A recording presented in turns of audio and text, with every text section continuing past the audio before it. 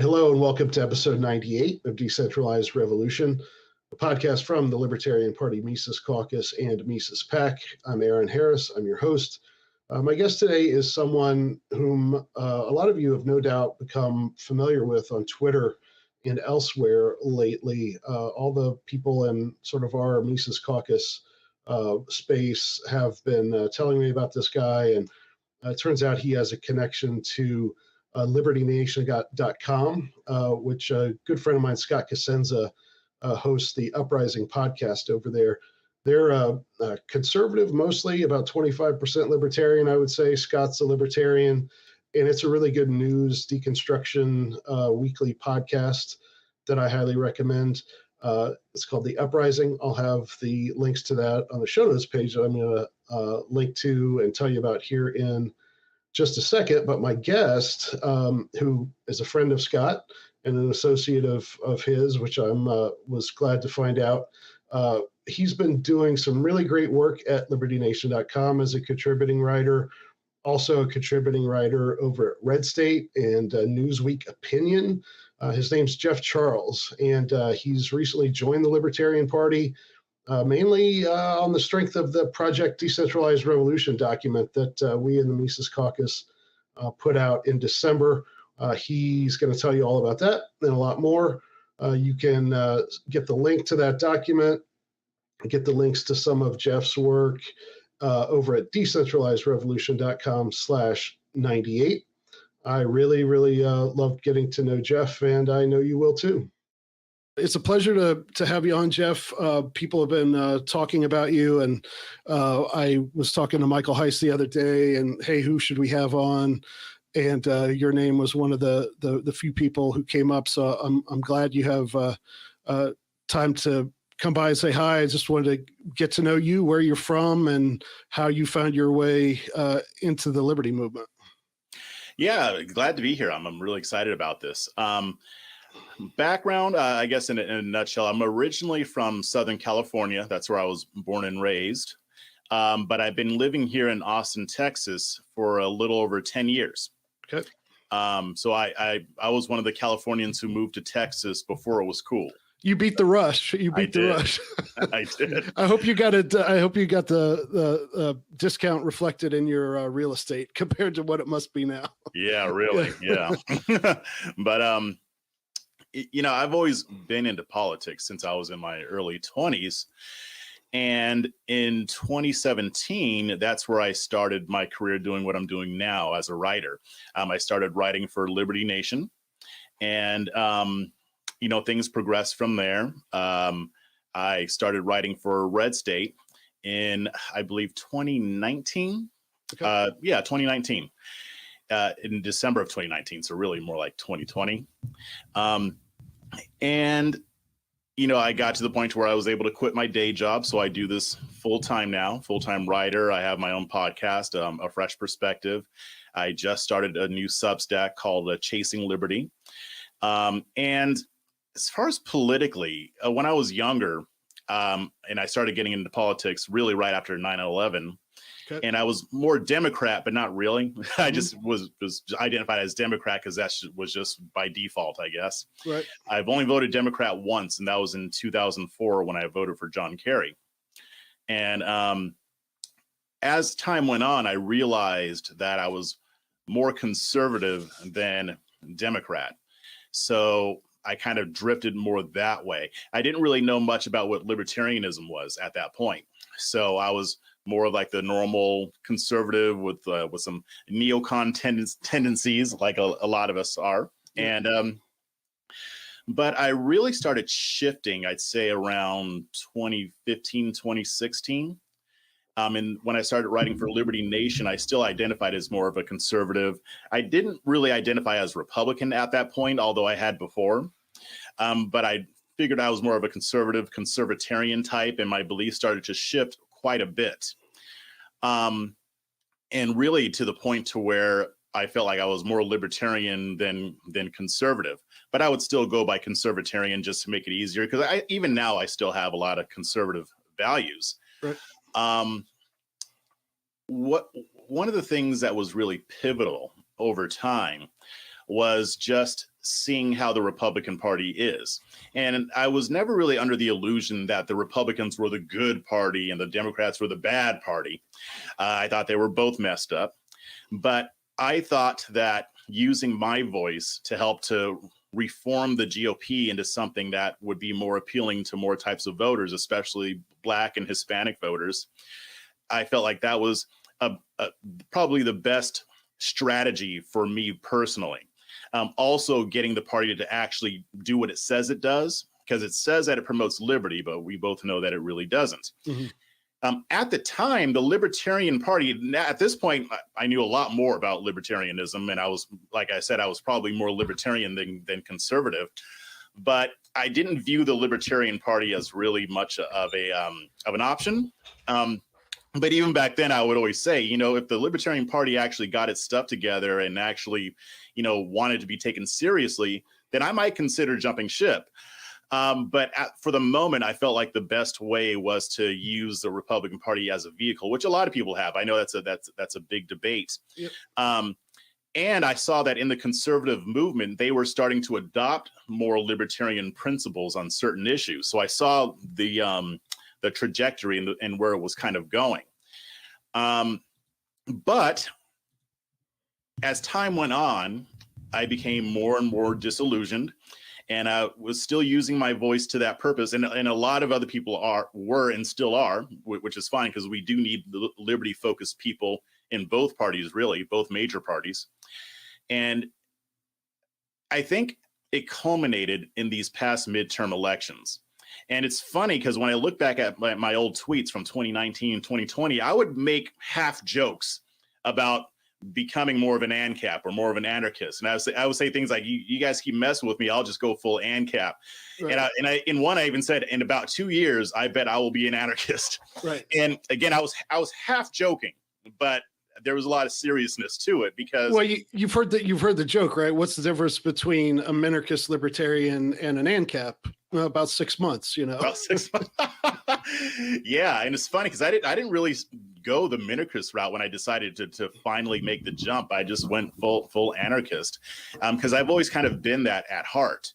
Yeah. Whether it's something that can happen in our lifetimes isn't really relevant to me. Maybe it can, maybe it can't. But the idea is that the more that we roll back the state, the better. But after the midterm elections and just kind of seeing the fallout from that and seeing that the Republicans didn't really want change leadership wise, and even among the base, it doesn't seem like they really wanted to do what needs to be done to push the Republican Party to do what it says it's going to do and limit government. Yeah. As a matter of fact, I see a lot of conservatives adopting more authoritarian policies. If you've seen some of my tweets today and yesterday, you can see what I'm talking about. We're going to get it. Definitely going to get into that. I think that's a fortuitous thing of the last 24 hours or so as we're recording on Wednesday, January 25th, to get into, because I think it's important that we as libertarians, both big L and small L, we need to, it's funny, sometimes you'll be criticizing the left and the conservatives will be cheering you on, and then you veer into something else like foreign policy or criminal justice or something like that, and they're like, "Whoa, I thought you were like," they look at you like, "What happened?" So I kind of maybe have a similar thing. I think maybe I'm a little older than you, but I came at it. Grew up in like what was literally a Reagan Democrat family. My dad was a auto worker who became a Republican over both economics and abortion.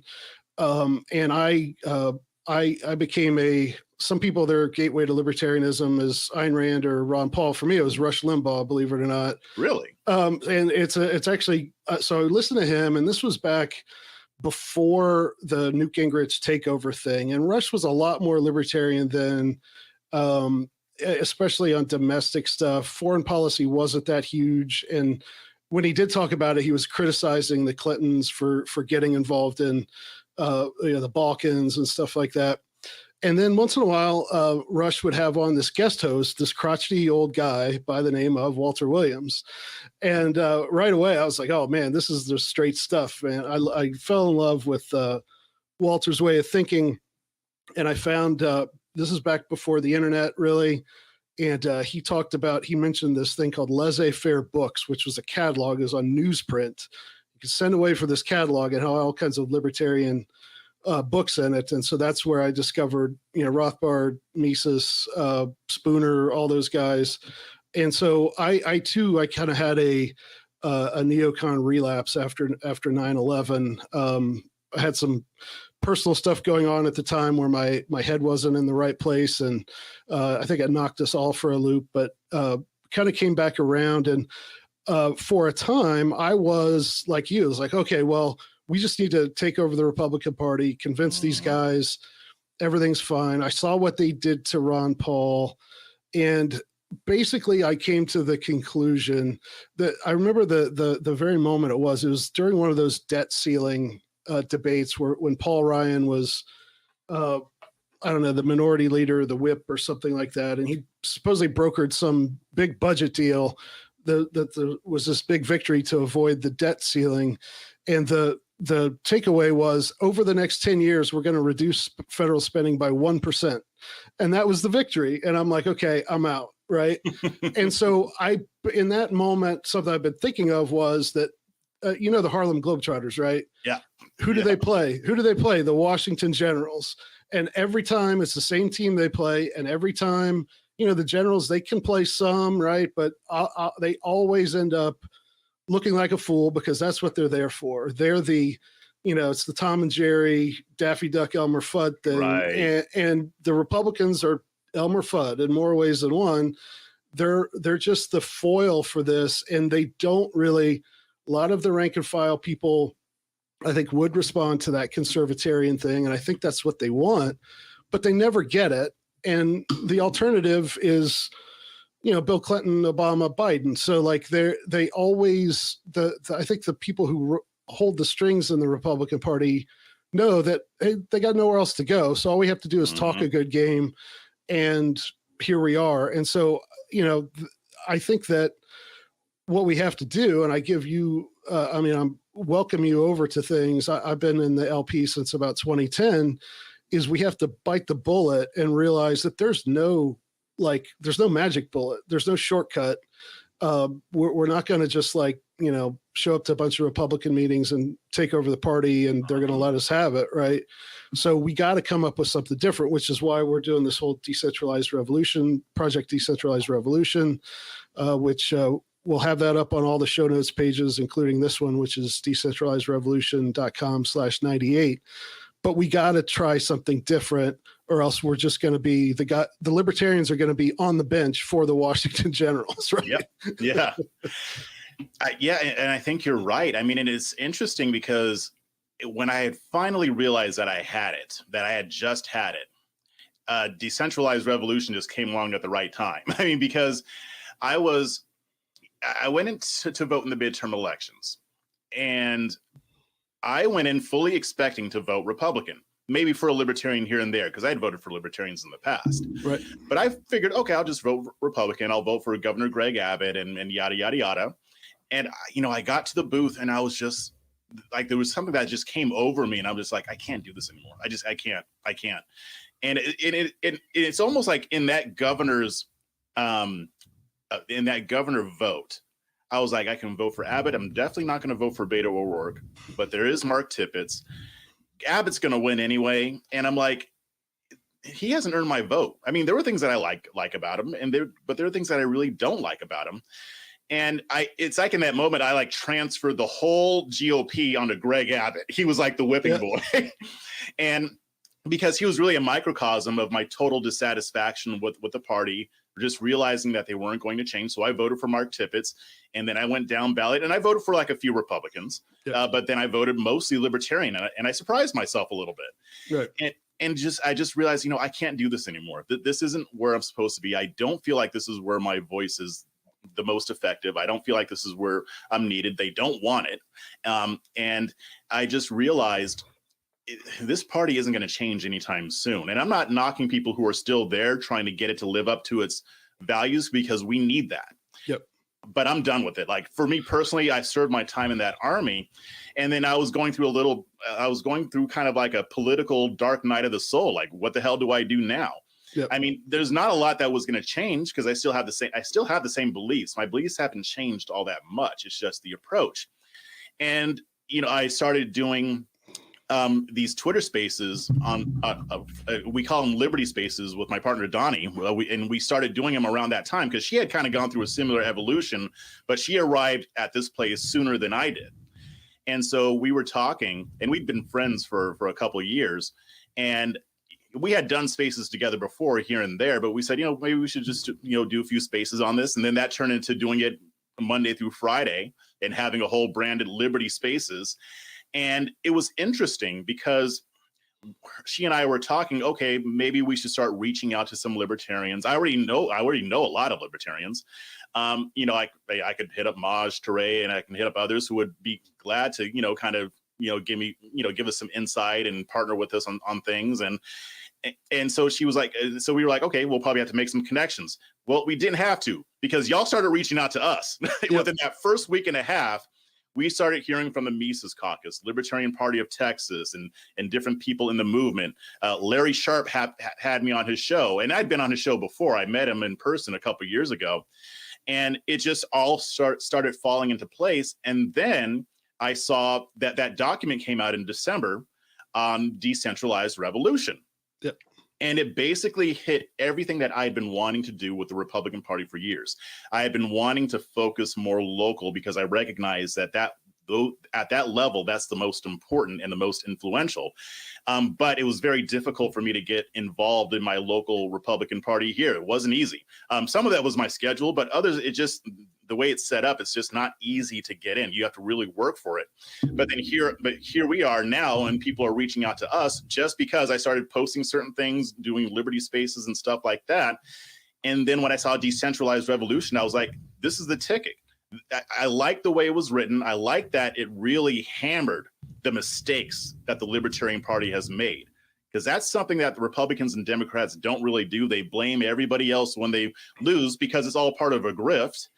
And when I saw that, I was like, these people have the right idea. The Mises Caucus has the right idea to focus primarily local, have a long-term focus, because Republicans have a short-term focus, and that's how we affect change. And it was just the perfect fit. It all fell into place all at the same time. And so that's what I've been doing. I've been partnering with libertarians. And when it comes to candidates, I will support anybody who is liberty focused. I'm choosing liberty over party. So if they have an R next to their name, but I know that they're going to promote liberty, I have no problem bumping that guy up. I have a friend who fits that bill perfectly. If it's a libertarian, independent, or whatever, I don't care what the letter is.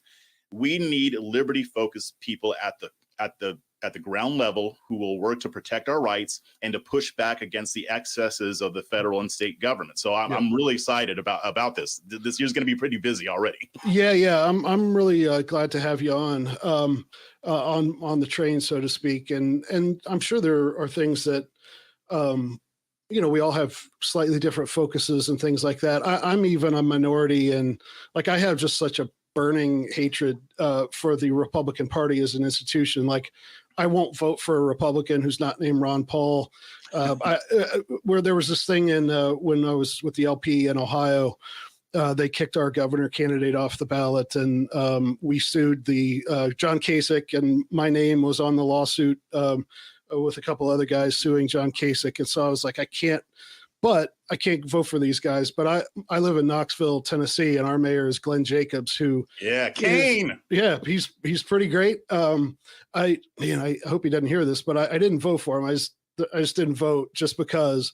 But you might get chokeslammed for that. Yeah, I know. I'm a pretty big guy, but he's like the one guy that I'm not going to mess with.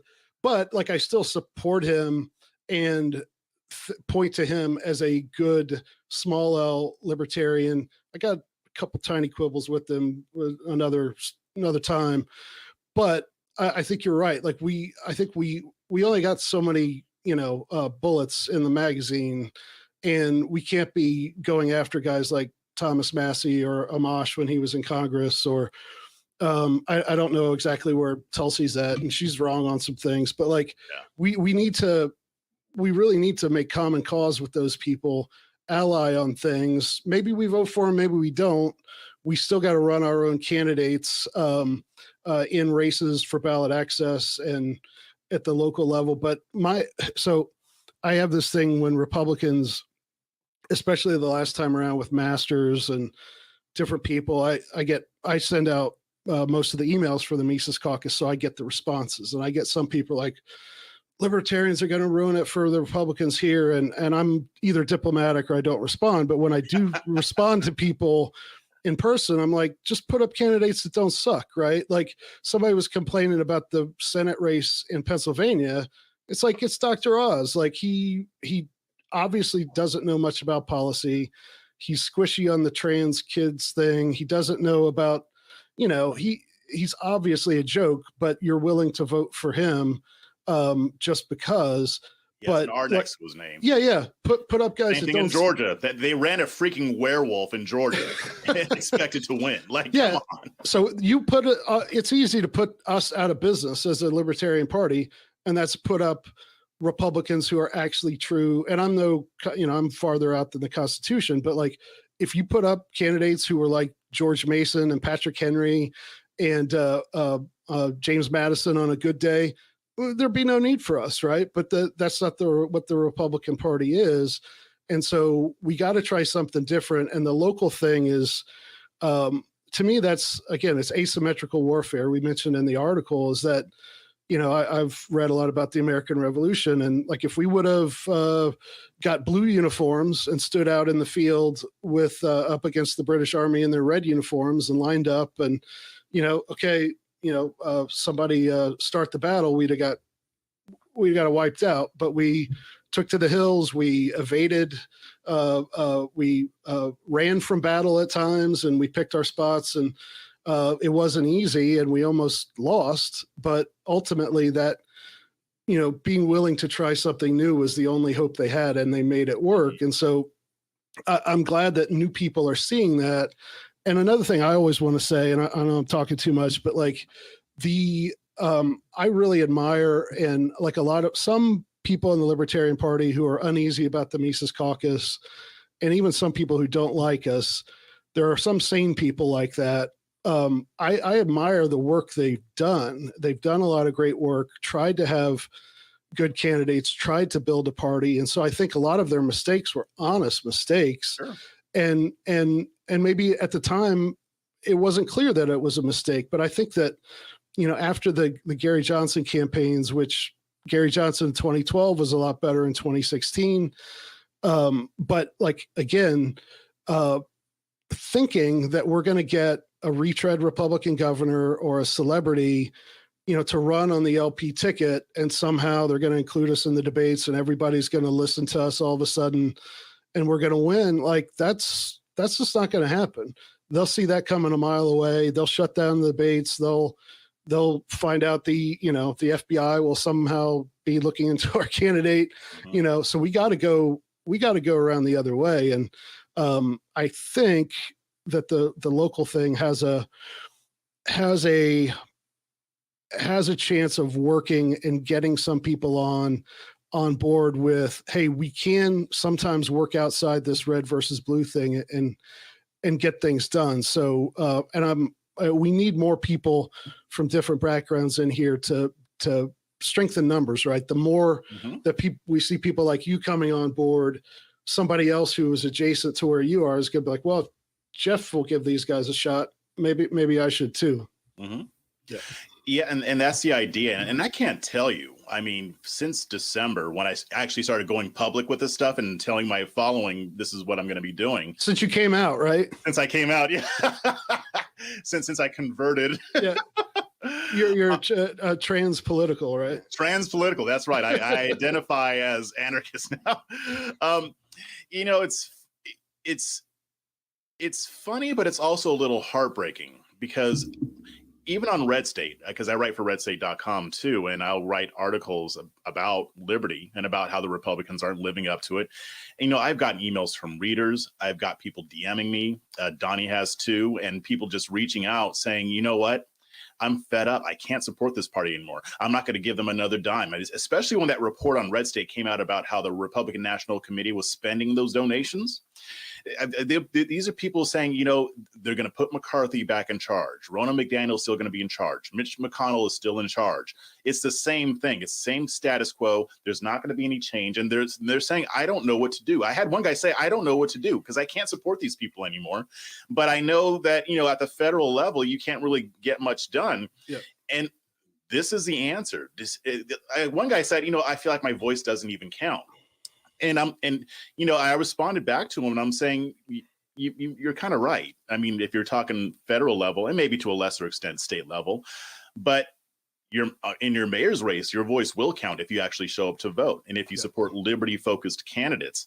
And I think this is the answer that a lot of disaffected Republicans are looking for. I mean, throughout my journey, when I would look at what libertarians would talk about, I'd be like, well, this is what Republicans say. I mean, there's a lot of overlap. I'm like, this is what Republicans say. But Republicans are just kidding when they say it. Yeah. But these people are actually serious about it. And I think that we're going to see a lot more of this. We're going to see a lot more people like myself, people maybe who actually liked the Republican Party, which I didn't, but people who liked it, who are disaffected, but they don't see another option. And when you educate people on the importance of making sure you have the right people as your sheriff, as judges, as city council members, as mayors, then I think that's when the light bulb is going to go off for a lot of people. I mean, a lot are still going to stay. They're still going to vote Republican because that's been ingrained into our psyches. Yeah. But I do expect to see more people coming over. I think it's already happening. Yep. Tell me a little bit more about you said there was an article on RedState about, was it about how like the Senate and congressional campaign, how they were spending donor money? Let's go into that a little bit. Yeah, so the Republican National Committee, the RNC, my managing editor did a whole expose on them. She wrote a couple articles about this, and she got actual copies of their expenditures. They were blowing hundreds and thousands of dollars on things like flowers, on alcohol, on a lot of things that had nothing really to do with getting people elected. They were basically squandering the money. And it was so much more that and she was very clever when she wrote this article because she also put what the Democrats were doing, and it was far less. You know, you have Mitch McConnell pouring all this money into certain candidates that he likes, but not necessarily that the base likes, because the leadership doesn't care what the base thinks. Right. And they don't want to win in the way the base wants to win. To them, winning is holding on to their positions and maintaining power. It's not really about winning elections. And even when they win elections, winning to them isn't pushing the agenda that they say they're going to push. It's holding on to their power. So that is the issue. And people thought that when Trump came along, he was going to shake that whole thing up. And he did to a certain extent. But all they had to do was wait him out. Yeah, I mean, he's lost a lot of his luster. He's still very well loved among conservatives. So don't get me wrong, but it's not the same. And even if they put somebody like DeSantis in there, can he really do anything to promote liberty? If anything, DeSantis has more of a chance of expanding the government than Trump does, because DeSantis has shown that he is not afraid to use the state to get his way.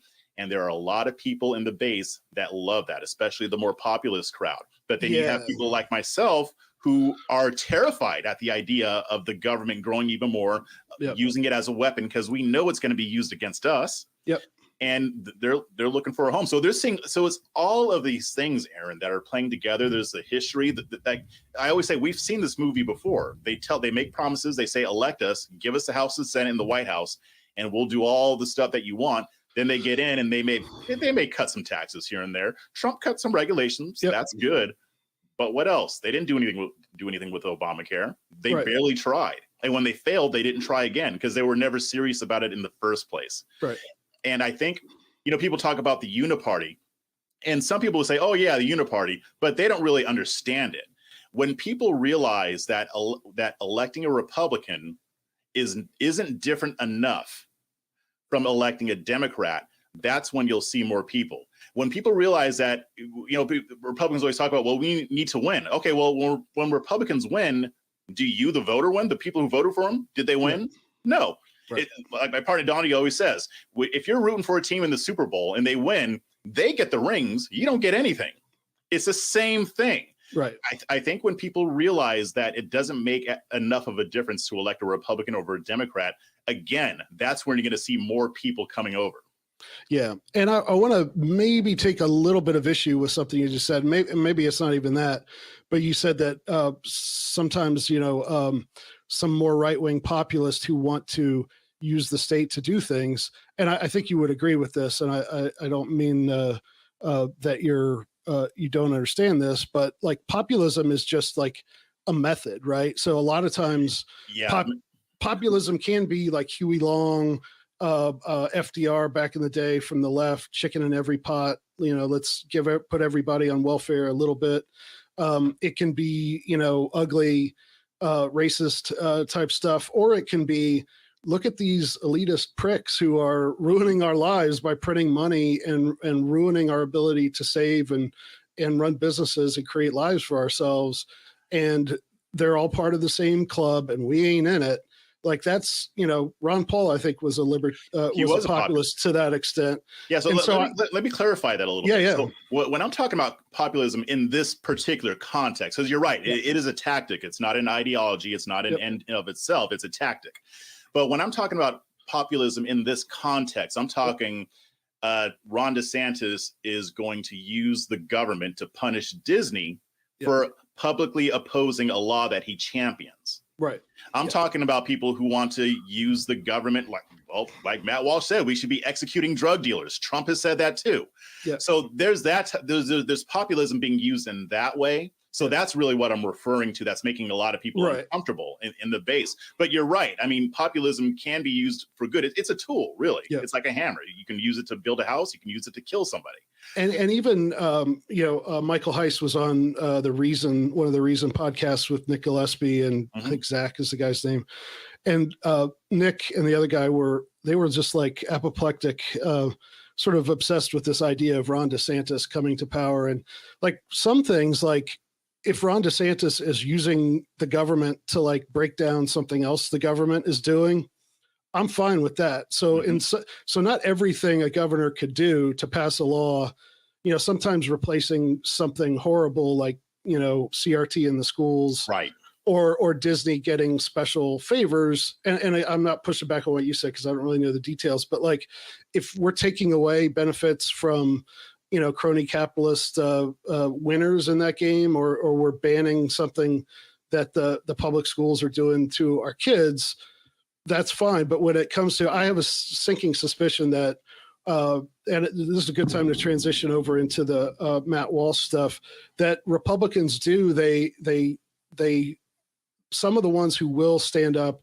be populist in a good way on some things, like even Trump was good, at least some of the rhetoric on the wars sometimes, but that same impulse, if you're not disciplined and principled, then it's very easy for you to take that populist stance against the establishment to take it in the wrong direction. So what got all this, like this recent thing started, was it Matt Walsh tweeting that we should basically beat people for whatever, and then it moved on to the death penalty? Set the stage on that and talk about how you've pushed back on that. Yeah. So yesterday he posted a tweet because somebody had tweeted some footage of a mall in Singapore, and it was beautiful. And he retweeted it and said, in Singapore, drug dealers get the death penalty. They get executed. Petty thieves get caned. And that's why, and we are not willing to do that. So that's why we can't have nice things like this, which already doesn't make sense, because I'm pretty sure we can find a mall in the United States that's even better than what was in that video. But I understood the point he was making. And to me, when I saw that, because to give some background, I've been warning about this for a while among conservatives, especially December on. I've been saying you're going to see more of a statist authoritarian movement cropping up this year in the conservative movement. And I've heard things behind the scenes, and I knew this was coming. I could see it even long before. And this was an example of that. The idea that you would kill somebody for selling a product that people willingly buy and put into their bodies. And to me, that encapsulates. I was so glad he tweeted that. Honestly, I know I was criticizing it, but I'm glad. I want them to expose themselves. Yeah. Because to me, I saw that and I'm like, no, we don't need to be killing people for drugs. As a matter of fact, there are better ways to handle that. Yeah. And we've been doing the war on drugs for decades. It hasn't worked. It's only destroyed lives. It has made things worse. Sending men with guns and badges to throw people in cages for smoking crack or doing cocaine has been a proven failure. Yeah. So to double down on that and take it even a step further, you're not solving the problem. You're doing what's going to make people feel good, which he and a lot of people post stuff like that just to make people feel good. Trump does it too. And so I pushed back against that. Other people did too. And then, you got a lot of the right-wing statists who were like, oh, yeah, we should totally do that.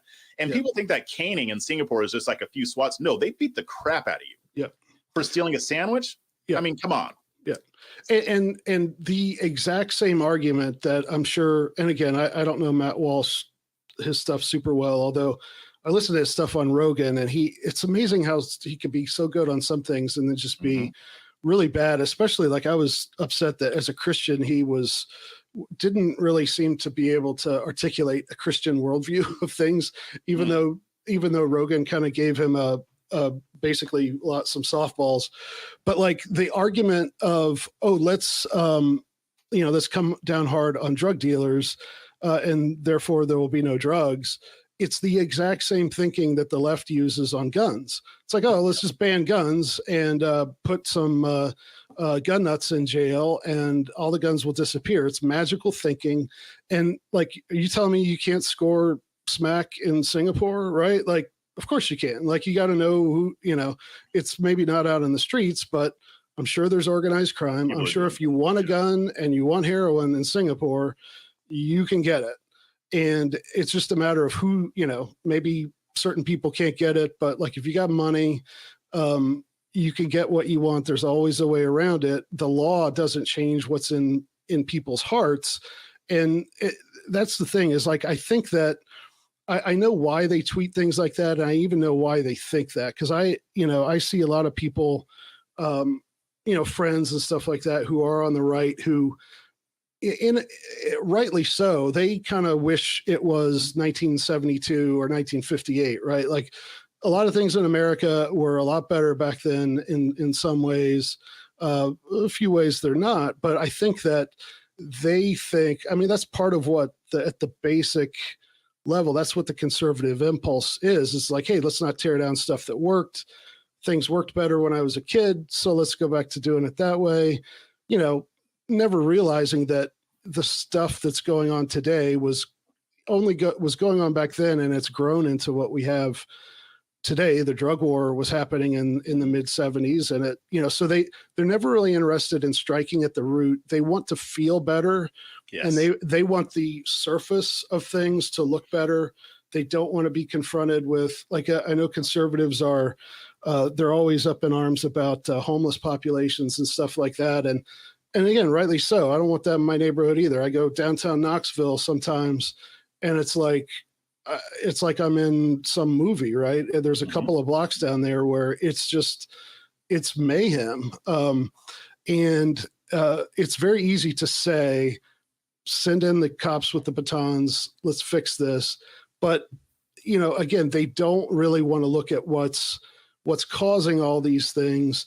They want to make themselves feel better and think, let's just pass a law, put a strong leader in office. You don't hear so much nowadays, but when I was a kid, it was prayer back in schools and stuff like that, and everything will be better. But no, that's just all surface stuff. It doesn't deal with what's really going on. It doesn't deal with the fact the Federal Reserve is printing money. The defense industrial complex is running the government and foreign policy, that the schools are, just destroying the minds of kids, so it's interesting that what kind of push have you gotten are there people who are on the Matt Walsh side on this thing? Is there any, I know I'm setting up a straw man or whatever, but like, are they coming back with anything? Like what's their comeback? And what are they saying? Their comeback is that it works because look at Singapore, it's all clean and stuff. Now they're ignoring the fact that you can't just speak your mind in Singapore. You can't own a gun. They don't have the freedoms that we have. They don't really have much of an argument because again, this is designed to feel good, not to have any substance. You will never hear a guy like Matt Walsh, and it's not just, I'm not just going to pick on him. Yeah. I mean, because there are things that he's done that I like that What Is a Woman film. Yeah. Great film. He did an excellent job with that. So it's not, I hate Matt Walsh. I hate statism. But the comebacks are, well, yeah, if the government kills drug dealers, that will cut down on this stuff a lot. And in some ways, they may be right, but that doesn't mean it's the right solution.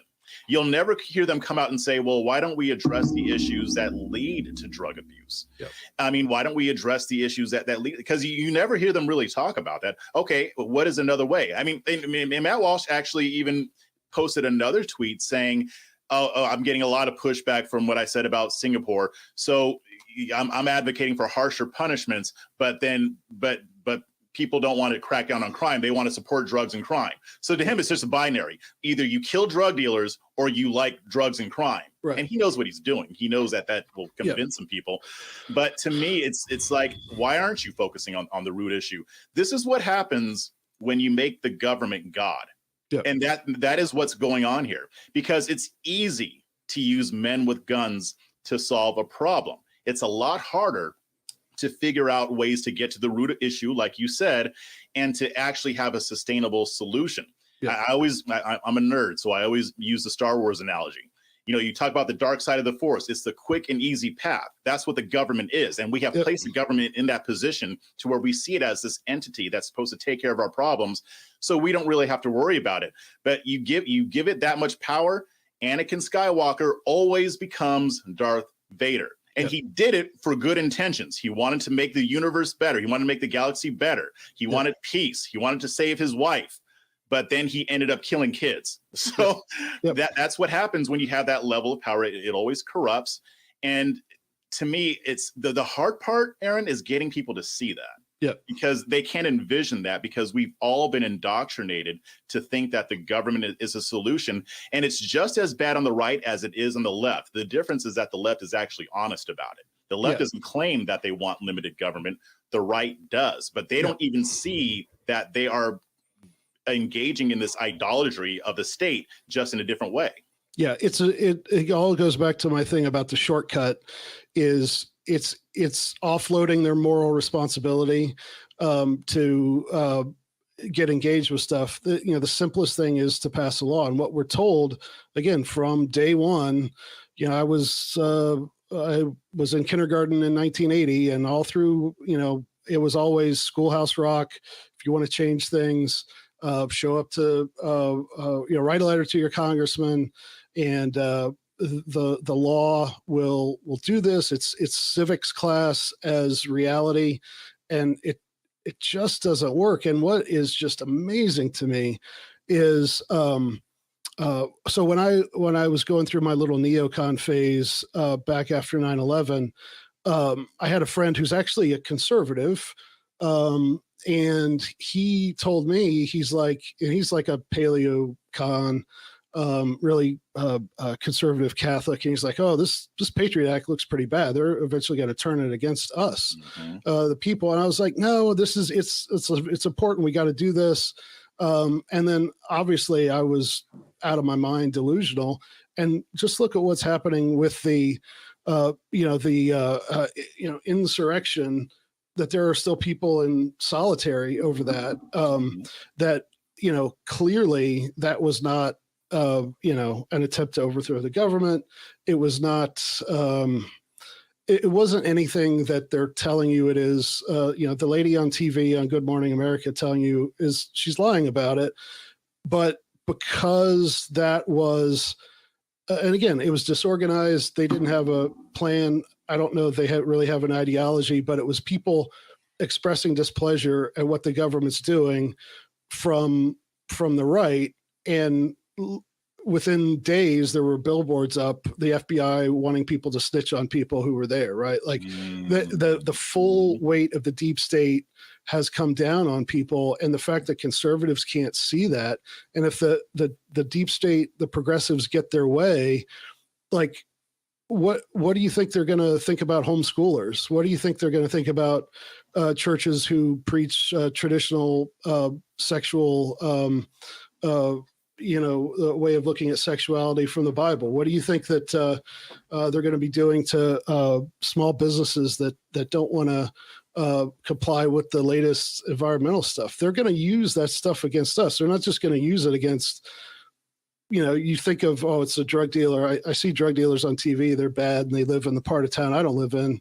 So it's not my problem, but it's already our problem. I mean, Yeah, I mean, they had people snitching on their neighbors for not wearing masks or for having too many people over their home. Yeah.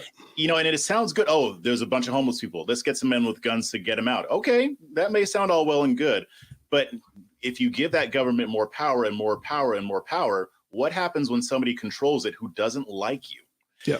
See, and you got a lot of people in the conservative movement who are saying, no, we need to use the government against them before they use it against us. Yeah. Oh, we need to use the government against them so that they can't use it against us. No, because you might be shooting them with that gun, but once they have it, it's going to shoot it at you too. No, right. The solution is to take the bullets out of that gun. Yeah. So that nobody can use it against somebody else. I mean, it's like this conversation on systemic racism. On the left, they're like, oh, there's so much racism in the government. And I actually don't disagree. I mean, I do believe I think systemic racism still exists in our government. But what if that government wasn't as powerful as what it was? Mm-hmm. What if that government was stripped down to where it's just protecting our rights and things like that? Then if they're racist, they can't do much about it. I don't care if somebody's racist, but they can't do anything to me about it. If you want to go live somewhere, you don't like me because of the color of my skin, that's fine. As long as you're not going to try to do something to me, or as long as you're not going to try to do something about it. Yeah. A systemically white supremacist government can't do much to black people if it doesn't have the power to do it. Right. And that's what conservatives are missing. They think that once they have the government and use it against their enemies, that's going to be it. Right. No, it's not. It's going to keep going on and on and on.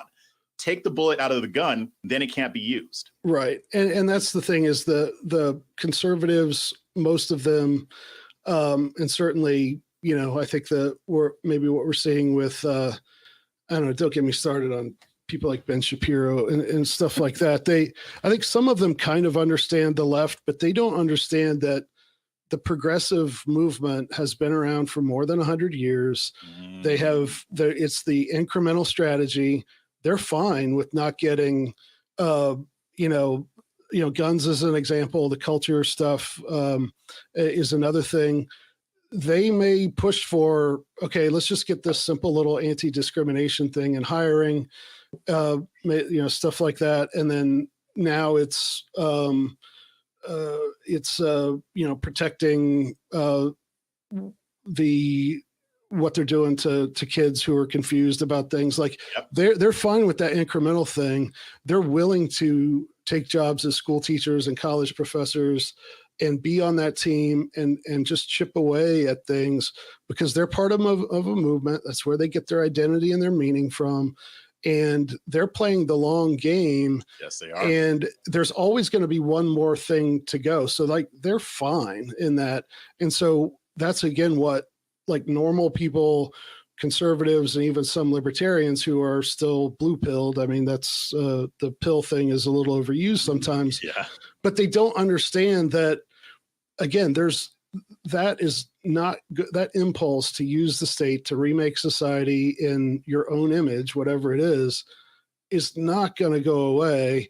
And you're not going to beat the progressives at their own game. You're just not. You'll push it back, but it's a slow wave. And the only way you can is like what you say. I use that analogy all the time. Like if there's a cannon on top of the hill shelling your town, the solution is to take the cannon and melt it down, right? Mm-hmm. The solution is not to turn it on somebody else and then try to defend that hill because they're going to come back and take it back. So, and in this case, progressives are better at using that cannon. You hit on a really good point there because this is in their political DNA. They've always been revolutionaries. They just changed up their tactics. I mean, we talk about schools and we think that this whole CRT and trans stuff just started happening.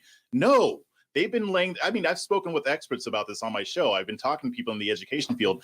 They started when you and I were kids. Yeah. That's when it started. Yeah. And it's progressed every single year. And we just found out about it over COVID. So now we're playing catch up. And so, and I do understand the impulse to use the government against them, but like I said, they are masters at it. We're not. Yeah. And again, so the whole post-libertarian thing too, it's like, do you really think that, putting Republicans in office, like what's the evidence that they're even going to stem the tide? Like the most famous example here lately is the DeSantis thing.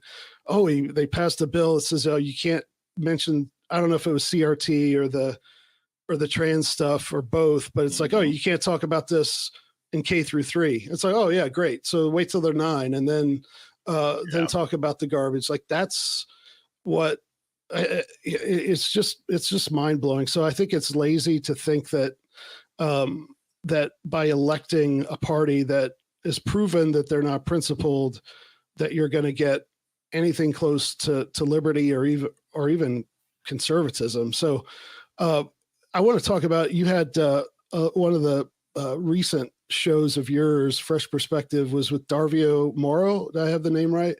Yeah. Did I pronounce it right? Yeah. So he was talking about a race in Ohio, in I think Cleveland, Cuyahoga County, about local politics and kind of how those go.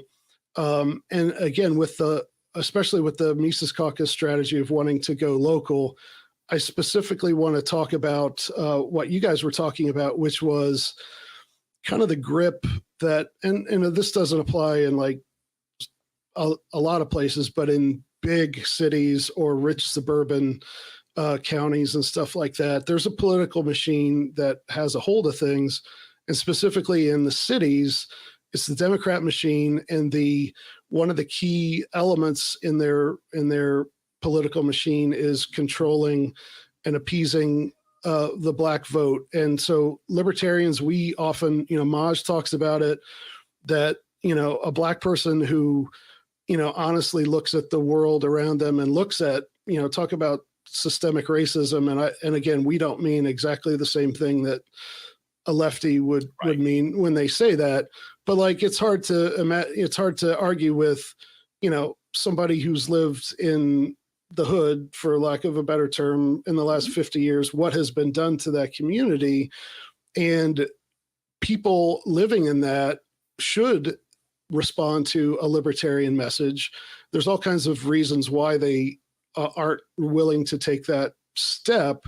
But how do we begin to, because we really do want people who have been screwed over by the state. And again, that's just about everybody. If you're not, part of the club, it's mom and pop small business owners in a rural county, and it's somebody, a single mother with kids in West Dayton, near where I came up. How do we, in talking to people whose lives have been severely constrained by the state, how do we get them to realize that they should stand up and fight in a different way, maybe than they've been doing? So we could do a whole conversation on that. We can always come back. We can always come back and do this again. Because this is something I really am passionate about. I used to teach I taught at a charter school for 3 years in the very poorest neighborhood in West Dayton, which is they have one of the worst school districts in the universe, and it was for kids who who got kicked out of Dayton public schools. So like, if there's some problems there, and seeing all that those kids face, it's like, man, I wish we could do something to help those kids, because they're smart. They can run their own lives. Mm-hmm. They're capable, but all the odds are stacked against them. Some of it's cultural from, within the black community. I mean, some people, conservatives, always like, oh, well, they should get their house in order. Well, you try doing that with what's happened to them, with what the state's done to them. So if they had freedom in those places after a couple of generations, we would be shocked at how vibrant and it would be go. But how do we get from there to here? And I hate asking, oh, you're black, so I got to ask you about this, but I don't care at all. No, yeah, that's fine. And I other people, I want to there's somebody I need to talk about Native Americans the same, in much the same way. But some of the things in your discussion with Darvio, I was like, I don't know if he quite gets it. And so there's a lot of stuff to talk about there. So let's get into that a little bit, knowing we may have to revisit sometime. Yeah, no, that's fine. I think at heart, most Black people, especially Black men, are more libertarian. Yeah. I mean, if you look at our history, who is responsible for most of what our ancestors have gone through? Yeah. It hasn't been individuals so much. It's been the government. It's always been the government. It's been rich people protected by the government and vice versa. That too. Yeah. And the problem is that Democrats do to Black voters what Republicans do to their voters. They know that they don't have to actually make a difference because they're still going to get the votes. Yep. They're still going to get the support. Yep. And now, so it's a situation where Black people are supporting candidates who may or may not have their best interests at heart, because there are good Democrats who actually do try to make a difference, and some of them even adopt free market principles, and they have been able to make a difference. So I'll give them that. But the other party is not an option because the other party doesn't show up. That's an opportunity for the liberty movement. Republicans are not going to show up face to face. We have to show up face to face. I mean, there are some Republicans who will and who are trying to push towards that direction. That's good. But realistically, they're not there yet. I don't know if and when they'll ever get there. People like Maj is actually in the communities. And I'm talking about whether it's the hood, but that's predominantly Black, or suburbs that are predominantly Black, like around Atlanta. Yeah. The advantage that we have is that we are who the Democrats say they are. We actually don't like police brutality. We actually do want accountability for our police. We don't want police abusing people. We want law and order, but Republicans will go in and say, oh, you need law and order. We'll say, yeah, law and order, but that should also apply to the police. That's a big concern when it comes to Black folks. When it comes to the criminal justice system, we don't want to define crimes as anything that doesn't infringe on somebody else's rights, which means that you end the war on drugs. Black people hate the war on drugs. They don't like how it's been used. Democrats have done a little bit here and there, but in general, they're not fixing that problem. Where does most police brutality take place? In those major cities run by Democrats. So we have to focus on the areas of commonalities, the areas where we actually have solutions to the issues that Black people face the most. When it comes to economic issues, Black people are very entrepreneurial. They want to start businesses, yes. But guess what? You have all these regulations that are designed to stifle small business ownership. You've got these occupational licenses for things like making hair and doing hair and stuff like that. You got all these heavy taxes that Democrats will never remove. But you start talking that language and saying, we're going to make it easier for you to start that business. All those taxes that you have to deal with, we're going to get rid of those. So that's one area. That's economic. You've got crime, you've got criminal justice, education. You should be able to choose where and how your kids are educated. That is very much supported by the Black community. Their leaders don't support it. So a lot of it is doing what Republicans should be doing, but they won't, because, I mean, when it comes to criminal justice, they're okay with our criminal justice system the way it is. They don't really care about police brutality. We do. So really, it's a matter of making that connection face to face, sustained. Then you can start making those inroads. You start forming relationships with people in the community, educating people on what libertarianism is, because most Black people don't know what it is. On our spaces, that when me and Donnie do them, we get a lot of Black people in there. They're curious. So Black people are looking for something else. We have to provide that. I will tell you where we're going to have some difficulties. And again, we should have a longer conversation about this. But when it comes to civil rights law, things like that, a lot of libertarians want to repeal the Civil Rights Act and things like that. When it comes to racial discrimination in businesses, freedom of association, all that, we're going to have to work some of that stuff out if we want to reach Black voters, because we are very sensitive about our history and about how certain things have been allowed by the government and done by the government, and what little protections that we do have from the federal government. It's going to be a hard sell to convince them that those things should be removed. So that's going to be an issue. Other than that, I think that we have a really good opportunity, because we are everything Black people say that they want. And I think your point about going, and it's incredibly difficult to do, especially in a, in terms of like a presidential campaign or something like that, because, 350 million people in the country, and 10-12% people are Black. Like, yeah, you can't go and shake hands with, 30 million people or whatever. But I think it is imperative that local parties and start building those relationships. And what you said is 100% true. It's true in the culture. I'm Appalachian American, right? Mm-hmm. It's true in the Black community that it's very easy. They might agree with something that you say that they see on a podcast or something like that, but to stand in the same room with someone, look them in the eye, shake hands with them, like, you build a little more trust that way. And so even though there's no shortcuts, right? You got to do these little things and you build credibility with people. And so somebody who doesn't know me and I'm coming at them with the philosophical argument on the Civil Rights Act or whatever, they're going to be suspicious. But like, if they know me as a person and have sat down and had lunch with me, had a beer, something like that, then it's like, oh, maybe this guy is not, maybe I should listen to what he has to say. So you have to if you build some like personal credibility with somebody, they're going to give more weight you have to say, because and that's one thing libertarians think we can do is because we're right on things and we're obsessed with being right and being morally consistent. We think everyone else is the same way. And we think we can argue people into thinking the right thing, but most people aren't like that. And there's no substitute for building trust and personal connections. And then you're like, oh, this guy's okay, right? Like, you could tell your people that we're okay.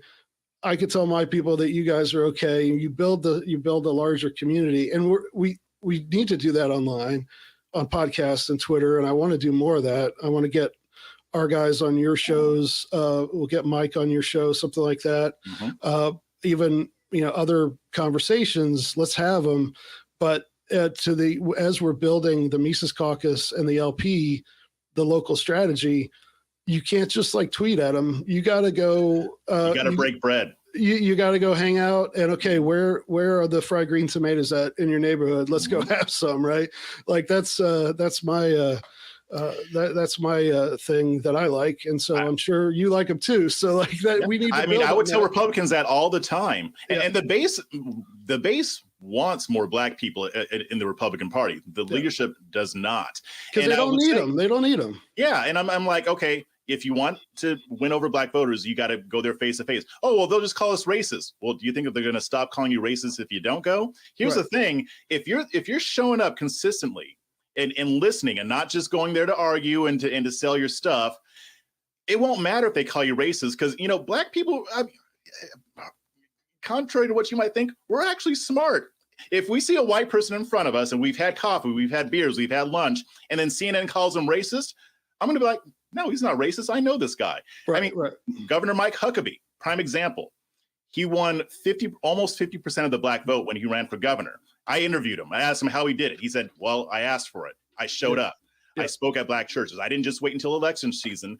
I was hanging out in Black communities, finding out what they needed. It's really that simple. Republicans aren't going to do it. But if we do it, I think over time, because we're going to take some L's at first, but over time, that sustained effort is going to mean something. Yeah. And that's one thing someone gave me the advice when I was going in to teach at this charter school, where I was, most of the time I was the only white person on staff, and I wasn't too nervous, but I was a little nervous. It's like, what are they, what's a 16-year-old Black kid going to think of this, 35-year-old, white guy with a red beard, right? So the advice I got was, just be honest, never lie, don't talk down to people, and you'll win their respect. And like, Black people do have a pretty good, I hate the stereotype, but they got a good BS detector, right?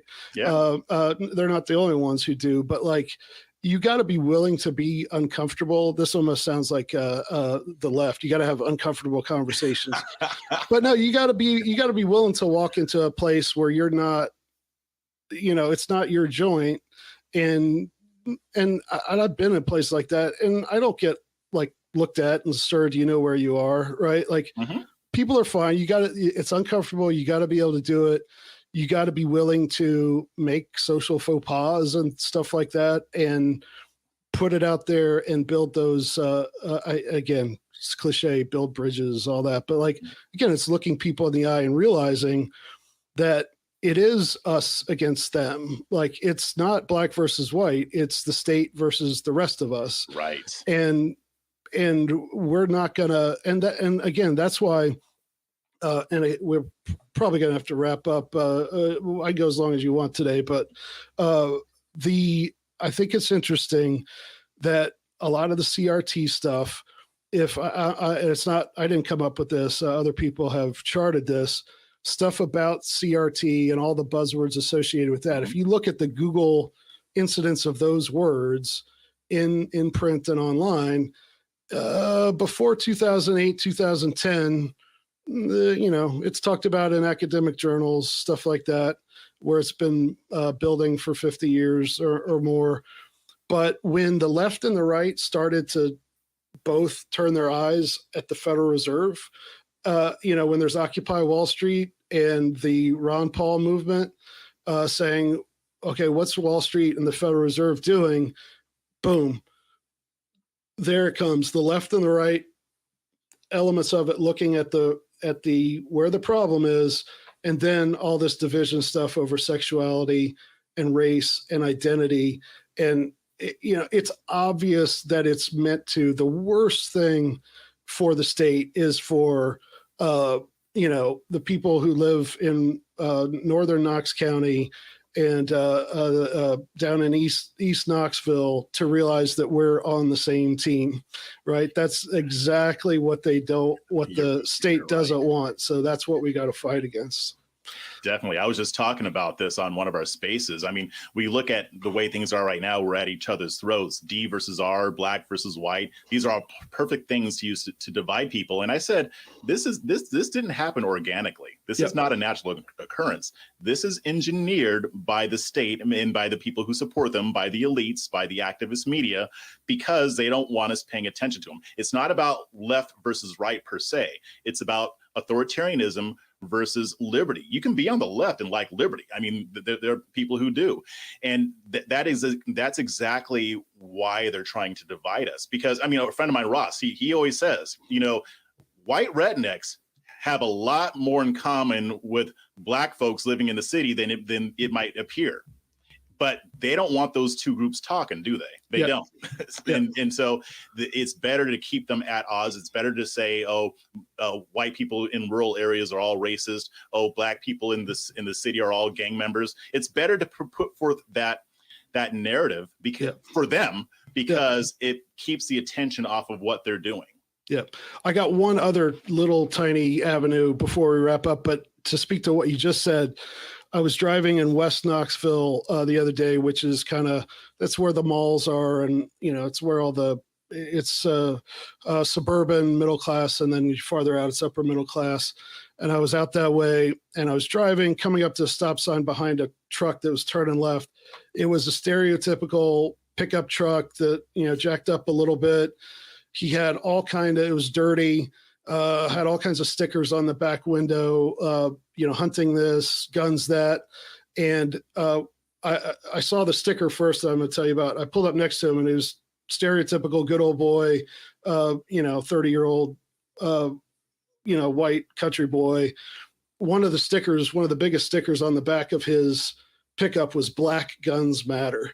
And nice. I'm like that. I was like, I wish that I could have it was really cold. So our windows weren't down, but I wish I could have, but starting to see things like that. And what Maj is doing, I really want to, keep pushing into that both online and in real life. Because Twitter, as Dave Chappelle told us, is not a real place. Not a real place.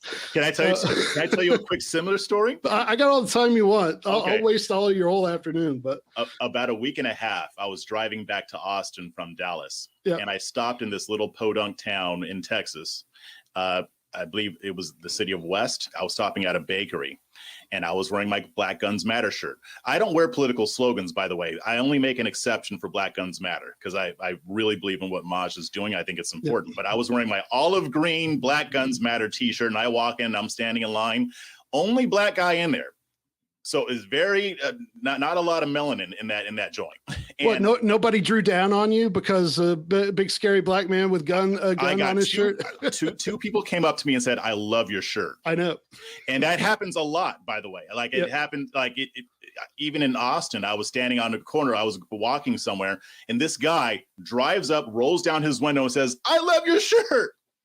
It's not the way Twitter makes it out to be. I mean, there's always this thing, oh, well, if black people started getting guns, then Republicans would pass gun laws. No, sorry, bro. That ain't the case. At least not the base, not the regular folks. No. Yeah, you're right.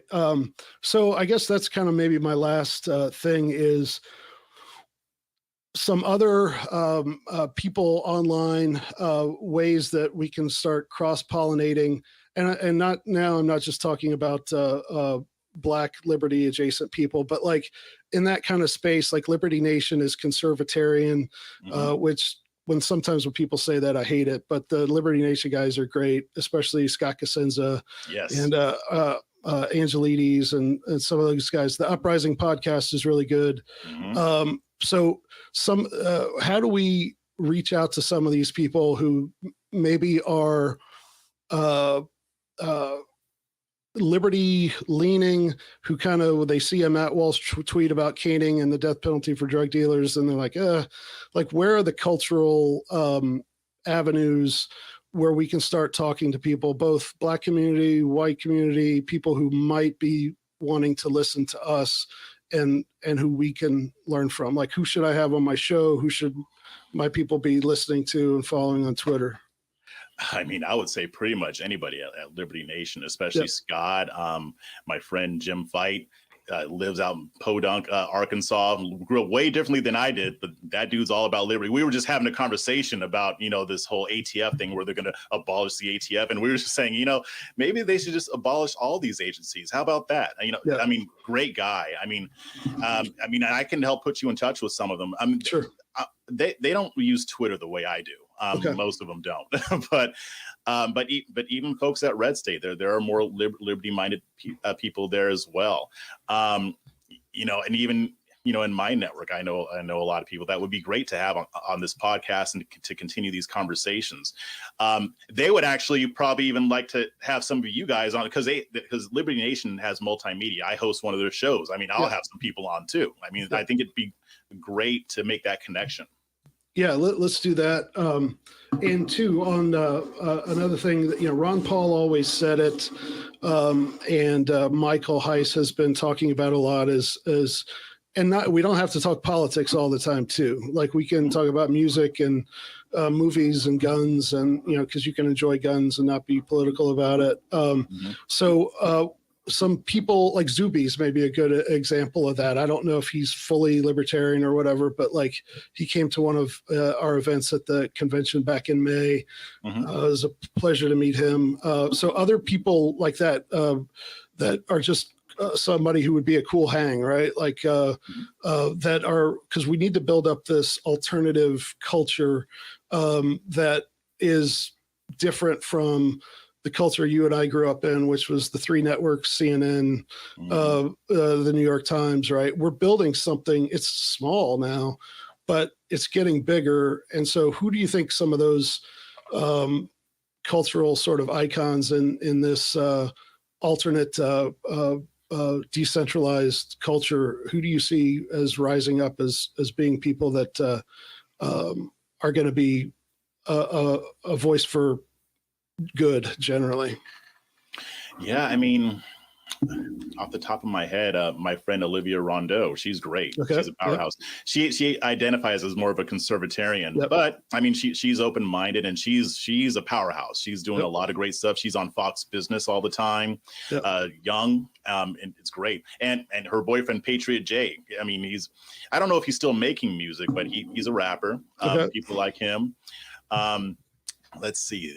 That's all. I think that's all I can think of off the top of my head, but I'm sure more will come to mind. So I'll definitely let you know. Yeah, we'll talk more about that. And yeah, like we can get some of our people on your shows, and we're gonna have Donnie on if we can at some point.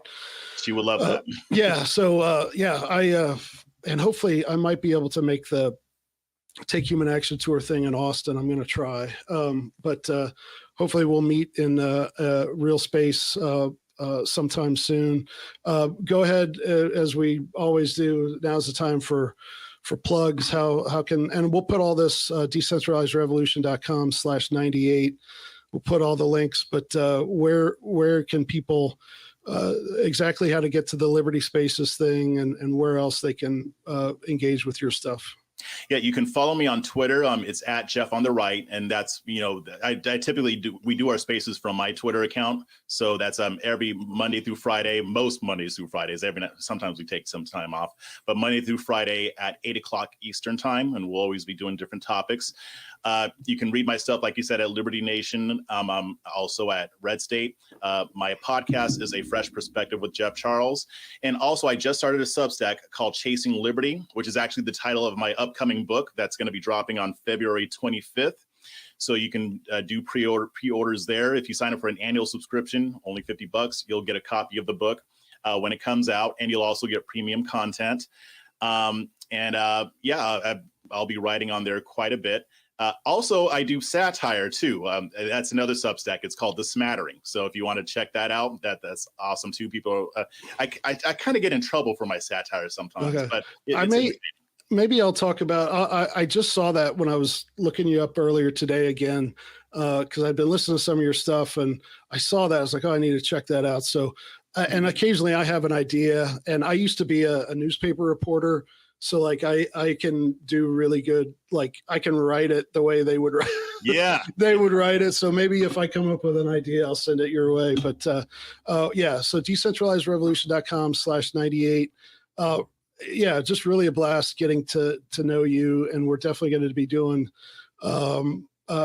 we definitely need to talk again in some capacity. And anything you ever need from us, just holler, and we'll do what we can, and introduce, keep cross-pollinating. And so thanks for coming over to the party. And I hope that the LP continues to live up to, because in the past it has been kind of a joke at times, and we're doing what we can. Angela's doing a great job over there. So keep holding us accountable, and keep, it's new blood coming in that's going to make it a healthier party, and help us do Project Decentralized Revolution. So keep up the great work, man. Thank you. I appreciate it. Looking forward to coming back.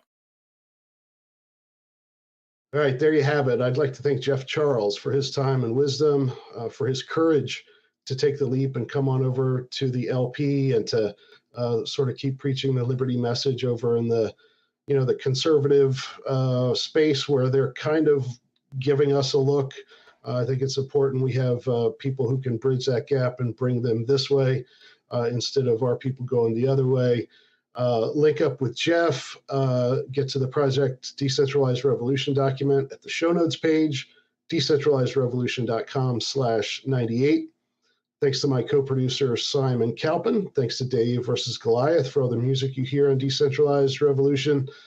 And of course, thanks to everyone who subscribes to our email list and gives to Mises PAC at takehumanaction.com, and everyone who shares, rates, reviews, and subscribes to Decentralized Revolution. Thanks for listening, and we'll see you next time.